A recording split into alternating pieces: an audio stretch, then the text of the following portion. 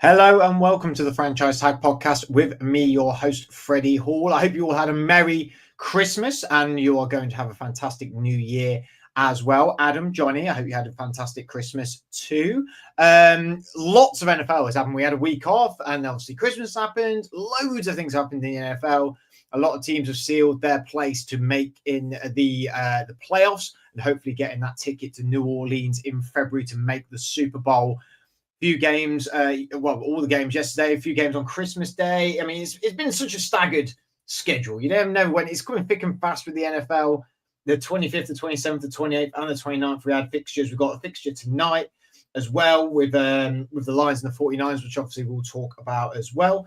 But yeah, it's been a crazy few days of American football. We had the Chiefs playing the Steelers on Christmas Day, 29-10. The Kansas City Chiefs won that one. I did watch some of that at the table. Didn't overly concentrate on a lot, but I knew it wasn't going well. That's one thing over my cheese and red wine and whatever else I was having.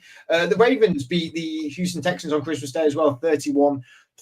Again, apparently my brother reported this is where I sat on the sofa and said, I'm watching the football. And Jack went, yeah, okay. And then 5 minutes later, he went into the garden room, which I was staying in, and I was just conked out completely fast asleep. And he said, well, that's probably the end of Christmas Day football then. And that was how most Houston Texans fans felt as well. So Exactly. Obviously, you may have stayed up for the riveting game between the Seattle Seahawks and the Chicago Bears, being 6-3. I made that mistake, mate. I decided to put a nice little lacquer on, and I think I fell asleep in the third quarter, hoping that there was going to be points, and there wasn't. It was horrible. I know you're a Jets fan, but I mean, do you just want to punish yourself more? I mean, what was that about? Getting in the Christmas spirit, mate. When you've got nothing to do, just be merry. And I thought, yeah, why not? I think the Seahawks will do something here, but clearly not.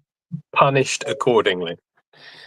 Well, we moved on to Saturday, December 28th, and that was the Chargers beating the New England Patriots 40-7, a huge score by the Chargers there. And then we'll go on to the first game we're talking about tonight, and that was the Cincinnati Bengals beating the Denver Broncos 30-24 in overtime. I have watched the highlights to this game. Well, no, in fact, I got back from work and I was on late, and I caught the end of this game, and it was a barnstorm of a game, Adam. I mean, it was a fantastic game. I mean, 499 yards by Cincinnati, 329 total yards by Denver.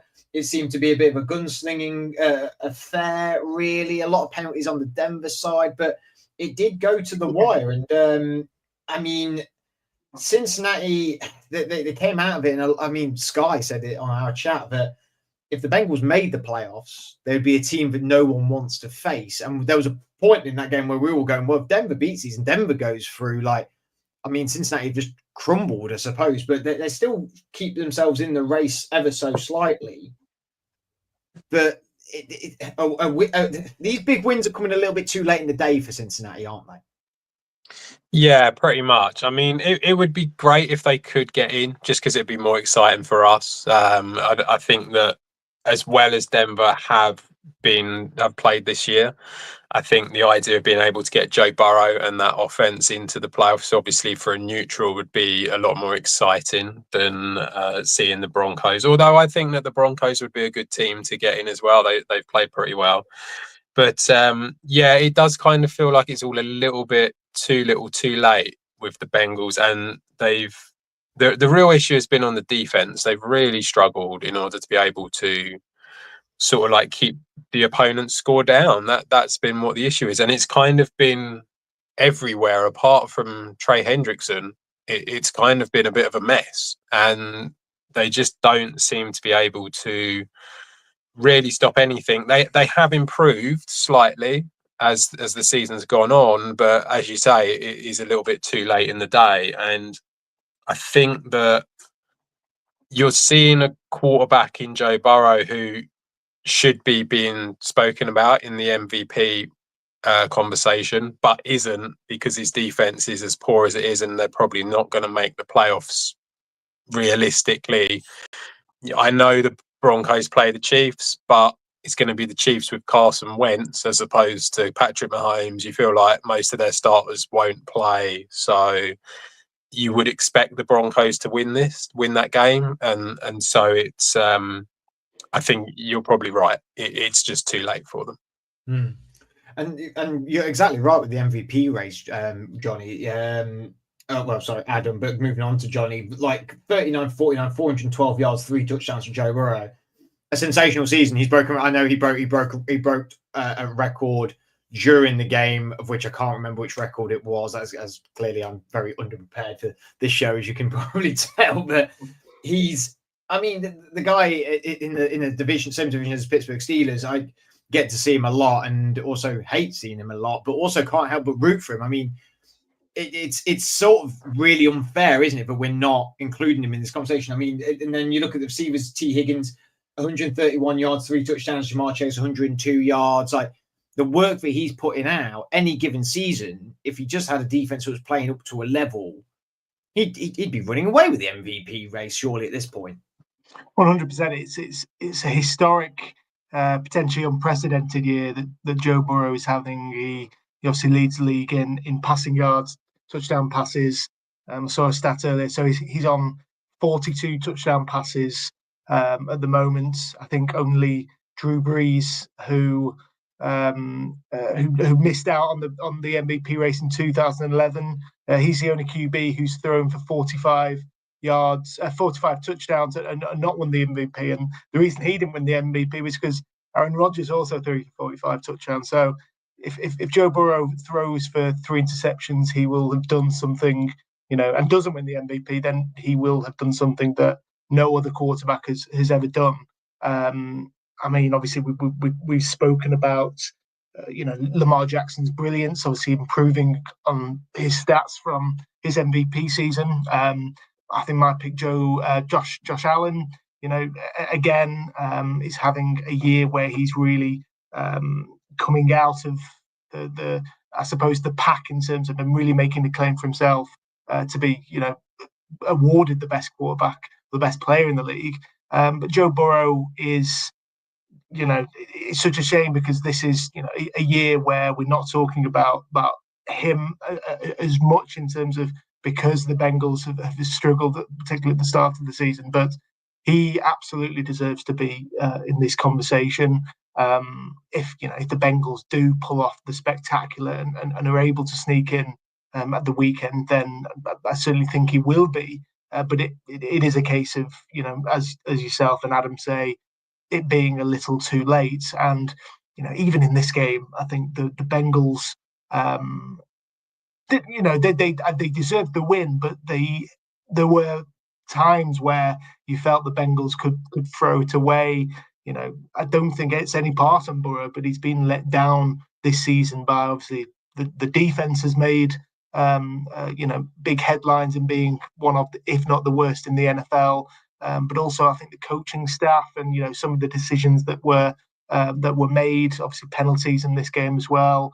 There's something obviously not right in Cincinnati, and I think regardless of the outcome of next weekend, I think that everything should be on the table for this team, and that except from Joe Burrow, Jamar Chase, and that could include personnel changes across the board, not just players but coaching personnel as well. So unprecedented stuff from Burrow, but he needs to be supported by his supporting cast a lot more outside of Jamar Chase and T. Higgins, who obviously had a good day against Denver.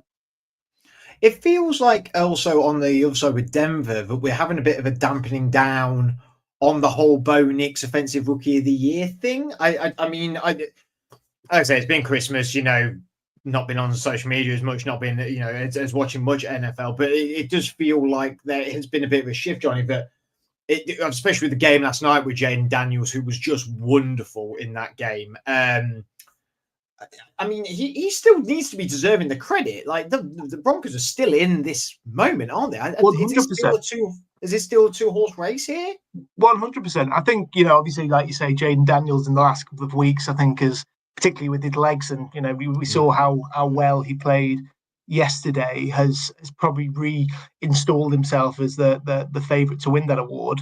But Bo Nix, that drive he led to tie the game late against the Bengals is, that shows that they have their guy, their franchise quarterback. You would hope for the next period of time with everything sort of clicking, I think, for the Broncos. I do see, he still has a very good chance, and I think he's had an incredible year, a lot better than I think a lot of people expected of him. But yeah, if the Broncos do get into the playoffs, and that's a huge achievement, which will be on his resume as a rookie quarterback, and that puts him in obviously great stead for that award. I do think it's probably it's Jaden Daniels to lose, particularly because of the hype we saw at the start of the season. But Bo Nix deserves so much credit. Played very well against the Bengals. He's had a couple of rocky games, I think, in the last month or so. But that's natural for a rookie quarterback. And he will be relishing the opportunity to be in the playoffs with Sean Payton in his rookie year.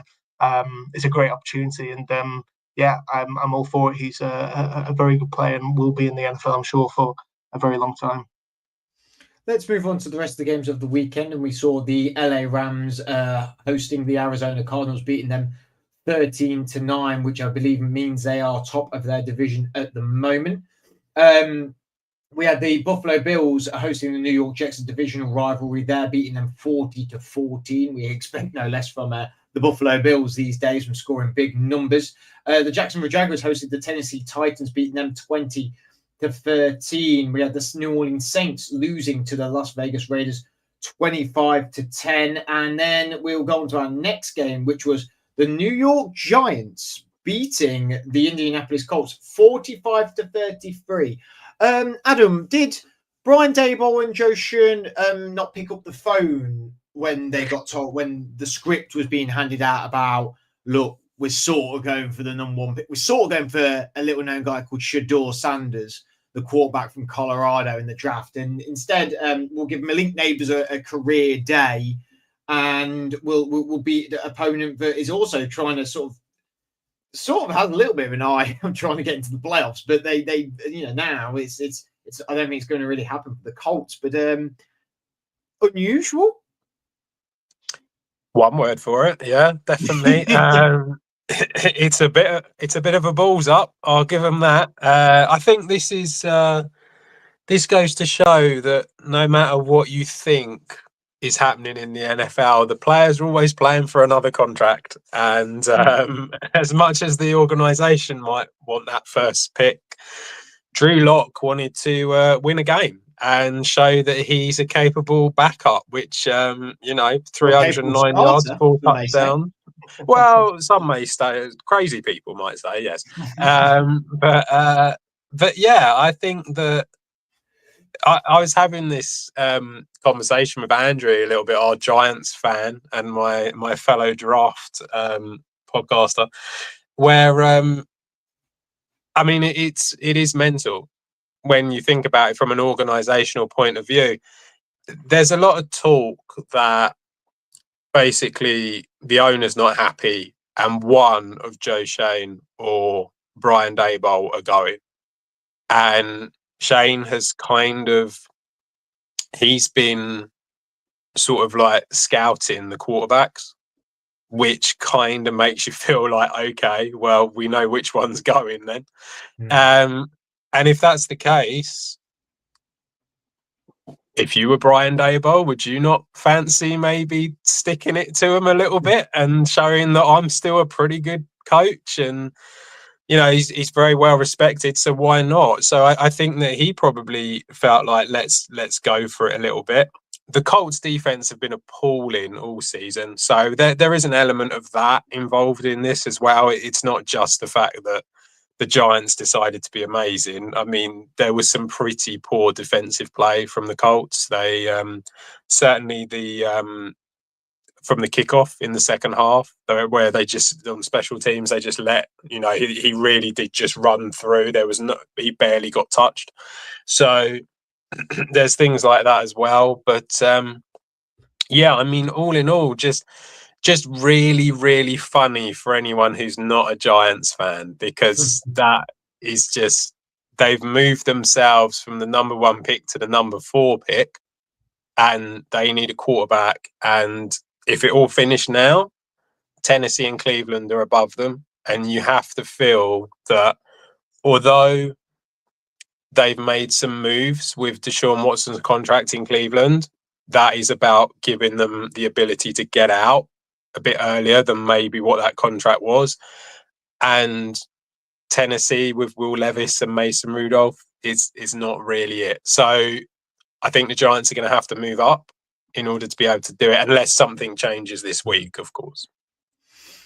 Remind me though, wasn't it the Texans that won the game and got themselves out of the first pick? Mm-hmm. Yeah. But was that the Bryce Young? Yes, so they ended up taking CJ Stroud instead. Which inevitably worked out okay. Yeah, Obviously, that one worked out fine. The problem is that you've gone from that, you went 1 to 2. This is 1 to 4, which is a bit more of a problem.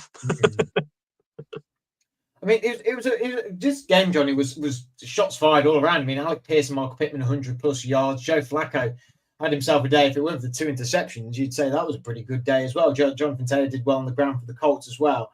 I mean, it's unlikely these guys now get to the playoffs. Like, what's been that missing? Is it just all about the quarterback for Indianapolis? Because, we've had this yo-yo with Anthony Richardson and Joe Flacco. I know Richardson was out for this game, so Flacco came in for the game because he wasn't injured with his back and his foot. He didn't train in the week either. But is it the problem I've found with the Colts in the last few years is we've always said this: they're just a quarterback away. And that's been about 5 years now. Well, it's been since Andrew Luck, hasn't it? Let's be honest. Yeah. It's been longer than that. We're just a quarterback away. Well, what?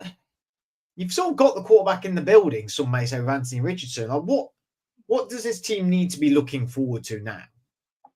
Yeah, 100% agree with you. It's not about this season. It's about a long-running, malpractice, I suppose, in the way the franchise has been built. And I think this season is about major changes this offseason. Sorry. And obviously plenty of calls, I think, for the last couple of years, to be honest, with the to get rid of the GM, Chris Ballard, who obviously I think has a good owner with a good relationship with the ownership. But I think something has to change because we're seeing players, particularly as Adam mentioned, the defense, the cornerbacks didn't care about tackling on Sunday. Looked like players that really didn't want to play. A team, going up against the Giants, who were averaging about 10 points a game this season, to give up 45. Hadn't won a game at home this season. We're talking about a team that's chasing the playoffs. Obviously, that's no longer the case anymore. There are major issues, I think, with the Colts, and I think that starts with the front office. We praised Shane Steichen last year. I think in his debut season as a head coach, he put together a good run with adversity of course with Anthony Richardson's injury and I think injuries across the board. But year 2 of his reign, I think he's definitely learning. He's definitely got some lessons to learn from this year. I think number 1 starts with the quarterback, Anthony Richardson. I mean, I wanted to be good so badly, selfishly for fantasy reasons, but he is, one of the, in terms of, completion percentage, he's obviously a raw athlete, but he is one of, if we're looking statistically, one of the worst quarterbacks that we've seen in recent years in terms of, his completion percentage and his consistency. He has to develop at some point. I'm not saying that they change this year. I'm a really big advocate for giving him time. When he was benched this year, I was like, what's the point? That's why you draft him. But there comes a point. Obviously, I want to see him next year as a more developed quarterback. Obviously, he's valued for his legs, but he really needs to improve. And I think something around changing or bringing in new faces and changing the sort of mood of the dressing room is something that I've been looking at for the Colts, because it looks like a team that doesn't really have an identity, and they're very disjointed, and I think trapped in their sort of worst traits of missing the playoffs once again, and completely slipping at these sort of opportunities when the talent, I think, is obviously there. So I think major changes need to happen for Indy this year, because this is quite frankly embarrassing, this defeat. They need to take a good old look at themselves, I think. Adam, Malik Neighbors were his best game of his career so far, 171 yards, 2 touchdowns on 7 receptions. Still the right draft pick in hindsight? I mean, now we've seen what Bo Nix has done in Denver. I was going to say but where are you going with that? Because it's the theory that they should have taken Bo Nix. He was 12, I think, and Michael Penix was available. I mean, I feel like they would have gone. Go on. Sorry. Are you saying that they should have gone quarterback rather than wide receiver? I'm just posing the question of they sort of sorted the weapons before they sorted the quarterback. Would it have been preferential to sort the quarterback, then do the weapons? Like, I mean, I know it's 2020 vision hindsight, and also, Michael Penix didn't have a terrible day out yesterday. I didn't think he looked capable. He just looked raw. When we look at some of the other guys who went down the ball, Brock Bowers, who's not really been a tight end. Really, he's been more of a wide. I don't know. Do you still think that was the right call at the time? I think, given the fact that they had decided to go in with Daniel Jones, they probably had to give him a weapon that they felt was going to be able to prove whether or not he could do it. So at the time, I think there's probably an argument for doing what they did. If you look at it over a long period of time, you could probably say you knew, or not knew 100%, but you probably felt pretty confident that these quarterbacks that came out last year and have had their rookie seasons this year look pretty good. And the ones that are coming out this year do not look as good as them. That's what I would say. But I mean, they might look at it differently. I mean, you could argue because of that you should be going quarterback because you know what's coming out, but at the same time, maybe one of them hits and is amazing. And I'm assuming they probably never thought that they would be in the conversation for the first pick of the 2025 draft. So I'm guessing that was kind of the reason behind Neighbors. And I kind of feel like, obviously, Neighbors is someone who's going to be there for a long time, hopefully, for them. That would make most sense. I think given the fact they paid Daniel Jones, they had to give him a decent weapon, and they did. And it probably proved all that they needed to know about Daniel Jones.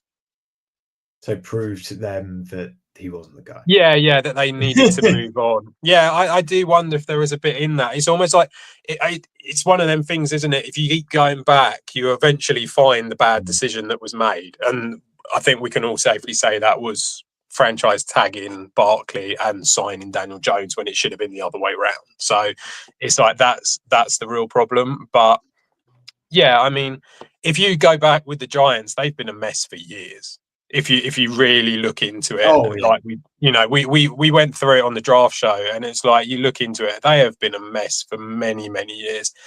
And yeah, I just think that you've got to start somewhere, and maybe they just thought, let's give him a chance and see, because they clearly liked him, didn't they? So they thought, let's give him a chance, let's give him a really good wide receiver. Worst case scenario, we'll have a really good wide receiver ready for when we get another quarterback in, I suppose. Let's take a look at the rest of the fixtures of the weekend. And we had the Tampa Bay Buccaneers beating the Carolina Panthers 48-14 in a divisional game. Eagles also in a divisional game beat the Dallas Cowboys 41-7. We saw the Miami Dolphins winning 20-3 against the Cleveland Browns. We had the Monday night game last night, which was the Atlanta Falcons, losing in overtime to the Washington Commanders 30-24. And we'll move on to the game of one of our guys on here support. So we should probably get a bit more of a great insight on this. And that was the Minnesota Vikings beating the Green Bay Packers 27-25. A game that's now put the Vikings very much in the driving seat, Johnny, to try and get the number 1 seed and to get that first round bye. They are playing the Lions next week, but man, every time this Vikings team seems to dip, it seems to then come back up even more of a vengeance, doesn't it? Like, they've been a real pleasure to watch this year. Yeah, well, I mean, I actually turned this game on right at when Sam Darnold threw his interception, and then obviously the Packers came back and gave the Vikings a bit of a scare. So this was looking like a bit of a capitulation from the Vikings, that they weren't playing particularly well. But I suppose, obviously, if you look at the whole story, he obviously played very well before that interception. Justin Jefferson, his weapons obviously around him are playing as well as anyone in the league, and they're now the obviously with the Lions playing tonight, they're the 1 seed in the NFL and in the NFC, and have a great chance next weekend of securing that. So I definitely think the Vikings are very much in the conversation as a major contender in the NFC. Obviously against the divisional rival, they're always going to be tough, close games. That's what you expect. But yeah, I think we've praised how well they are on defense. Particularly when we saw them live and saw them absolutely dominate even though it's against the Jets, absolutely dominate their offensive front. They seem to do that to teams week in, week out. They've just got such a feel-good factor.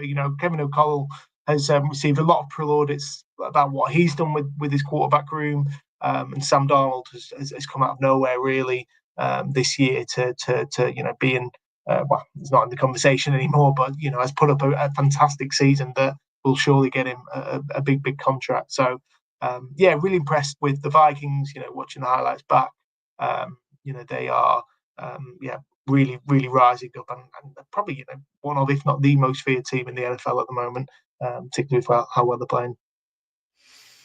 I find the Vikings just enjoyable every time. Like, I think it sort of stems from when they came to London and how I thought they conducted themselves, and obviously we got a lot of behind the scenes access with that, doing the media stuff, which obviously is a huge privilege. But I mean, KC, I'm so happy he's winning so much in a way. From a Packer point of view, Adam, anything that could have been done differently? Anything you could have stopped? Anything, would you think? We could have played some offense in the first half. That would have been nice. You never know. I mean, that would have been a start. Only a field goal in the first half, is it? You just know when you play the Vikings, if you don't get something going quite quickly. Yeah. I'm very happy to come out and say that I am biased here. Maybe this is what the problem is. I don't get the Vikings as an exciting team to watch. I don't get the hype. I don't know what I'm missing. I feel like they're a team that scrapes by. They feel very Chiefs. I think from a fan point of view, they will force you to fumble or intercept you at any given point, which is an exciting thing to watch. And they've got the best wide receiver in the game. Make spectacular catches. Didn't you make a spectacular catch and you got a flag? Yeah, I mean, Jefferson's great, obviously. I understand that, but I would argue the Rams have got and the Bengals. The third thing is Sam Darnold he's sort of the people's quarterback, isn't he? Because he was not meant to be doing anything. He's meant to be. He's been terrible. The people of New York didn't enjoy him. The people of Carolina didn't enjoy him, and now the people of Minnesota are benefiting from him greatly.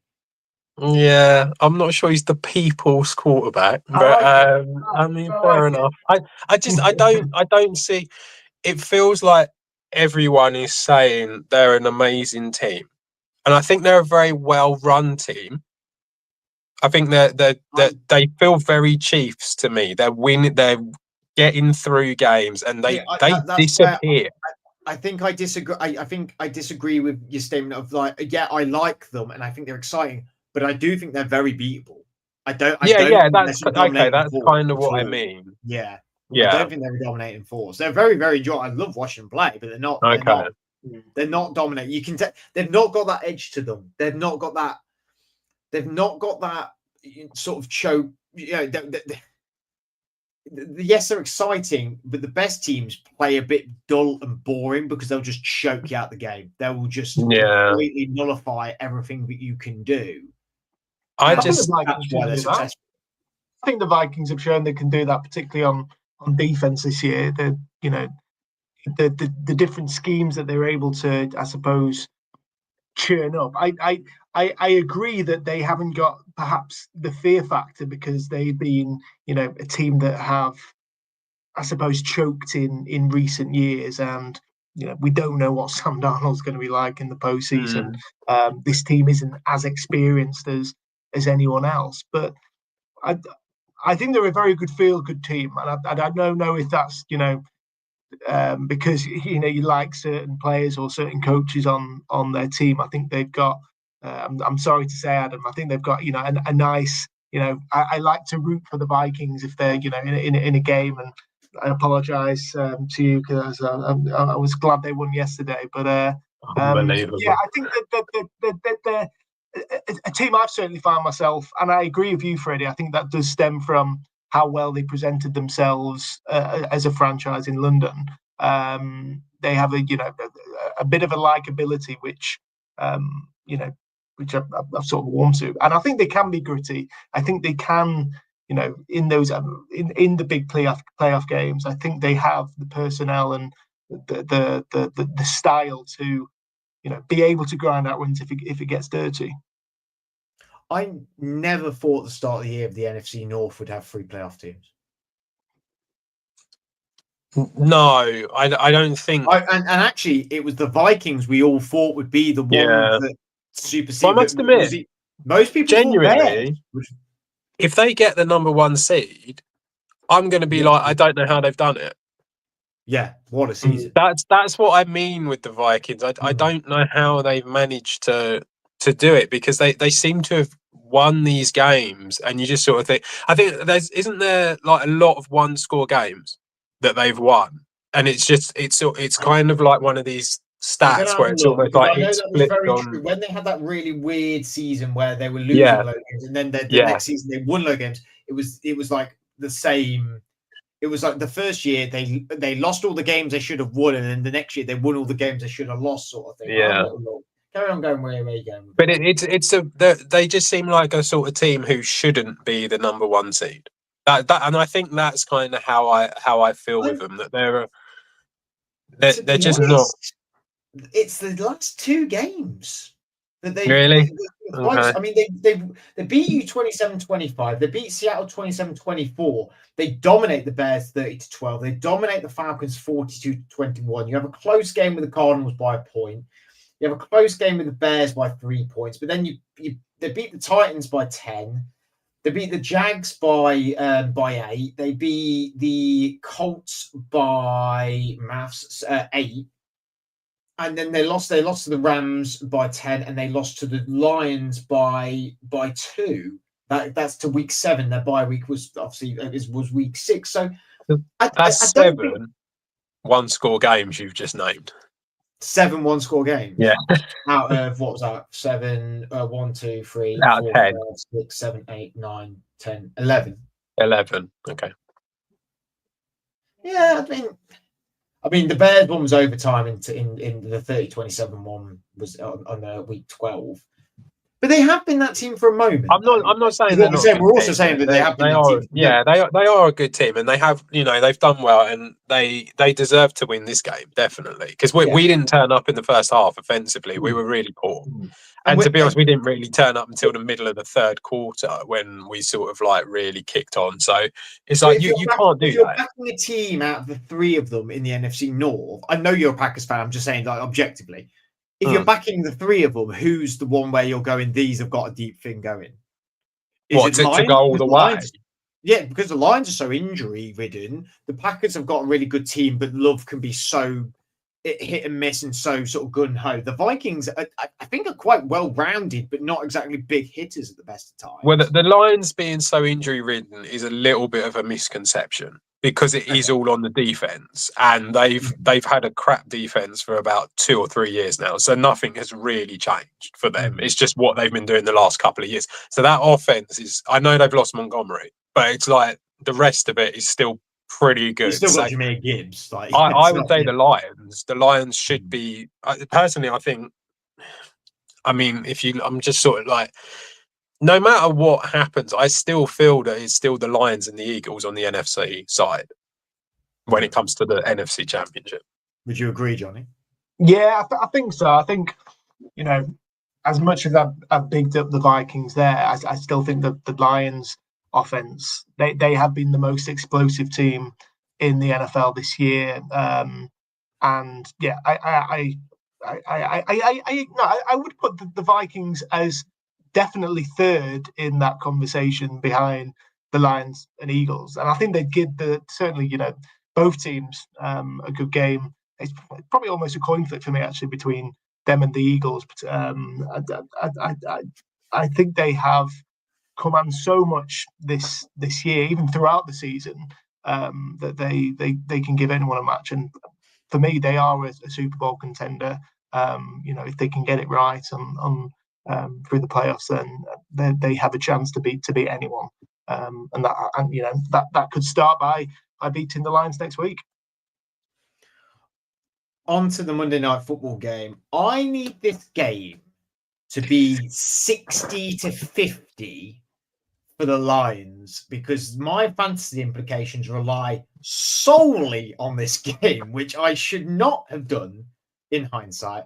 But I sort of vaguely think it could be a big scoring game. That's Detroit Lions traveling to the San Francisco 49ers. Lions 13-2.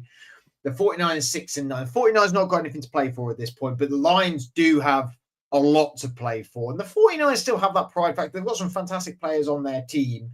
Quarter past 1 tonight at Levi's Stadium. I mean, the Lions are going to win this, right? They are going to win this. Let's be honest. Yeah. Is it going to be a high score? Is it going to be a high score? I think it'll be a high score in respect of what we believe is a high score in the NFL. What you want, which is 110 points, is somewhat unrealistic, I feel. Yeah. The over-under is set at 50, which I would say is a high-scoring game. I realistically need 120 points between 6 players, I think. That's not that unrealistic, is it? It depends who they are. I mean, okay. So let's just table the game for a minute and let's just talk about my fantasy problems. Okay, right. That's all right. Let's just table that. So I need 113, let's say, between Jared Goff, Jahmyr Gibbs, George Kittle, Juwan Jennings, and Jake Bates, the kicker. That's not unreasonable in my brain. I mean, they're probably the players you want. Am I shooting for the stars here? Yes. What do you mean? Jake Bates? Yeah. You asked a question, you got an answer. What more do you want? Like you want Sky to win.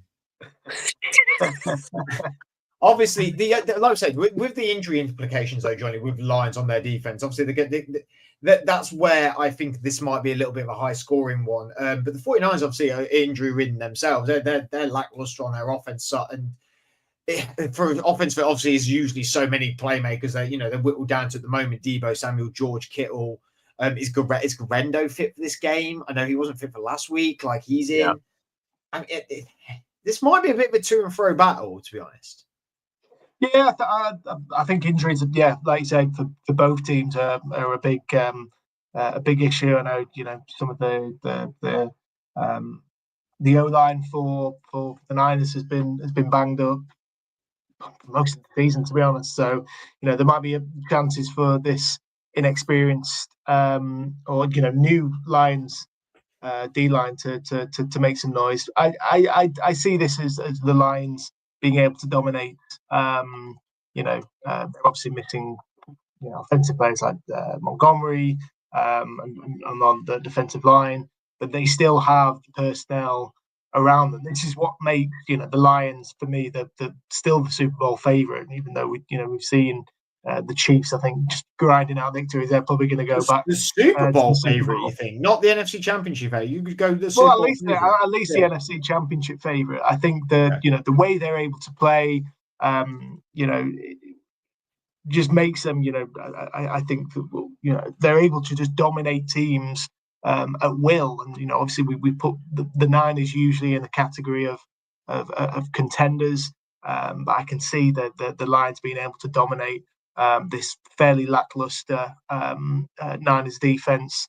They've not really been able to get anything going offensively of San Francisco, and obviously those key injuries that you mentioned. I see it as fairly one-way traffic now. Obviously, I hope I don't live to regret that. But yeah, I think the Lions, certainly at home. Are they at home tonight? Or have I completely made that up? The 49ers are at home. Oh, the 49ers are at home. Okay, so that makes it a little bit of a different. Wait, is it an outdoor stadium? So that's that. Ignore everything I've just said because it's wrong. It gives the Niners a bit more of a chance, but yeah, I'm still backing the Lions. We've seen how well, particularly players like Jameson Williams, he's come out of his shell. I think in the last couple of weeks since all those rumours, around his personal life and his suspension. He's going to be a key player for them with Alison Brown and Tim Patrick as well contributing. They've got the players, and I think they should be able to put up the numbers to beat the Niners. It feels like the Lions have got on the train now. They're sort of like we're ready for the playoffs, and it gives the playoffs now because we're on that train. We're going, we're doing it's fine. We're winning games. We're still putting up points. I mean, Adam, what do you reckon the scoreline of this game's going to be? I think 30-27. I think it's going to be pretty close. It will be high scoring. Not high scoring enough for you, but it will be quite high scoring. And I think with the 49ers, although there is a pride angle to it, I think there is just there will be a little bit of a drop off just because stay healthy, don't have to play. And obviously the Lions are going to want to win, and they're going to want that number one seed. So I would expect them to go all out to win this game as well. So yeah, I think both teams are pretty up for it. But defensively, I think both teams have struggled a little bit this season, and I think that kind of is a recipe for quite a high scoring game. So yeah, 30-27 I think is definitely doable. But I think I mean in a weird kind of way, hopefully the Lions win, because then you've got the last game of the regular season, haven't we? Is the Vikings against the Lions, so that would be good for the number one seed. But I think the Lions get it in a bit of a shootout. What about you, Johnny? What do you reckon?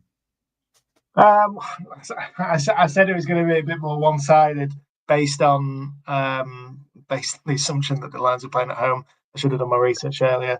I think it'll be high scoring as well. I'm going to say the Lions by at least one score.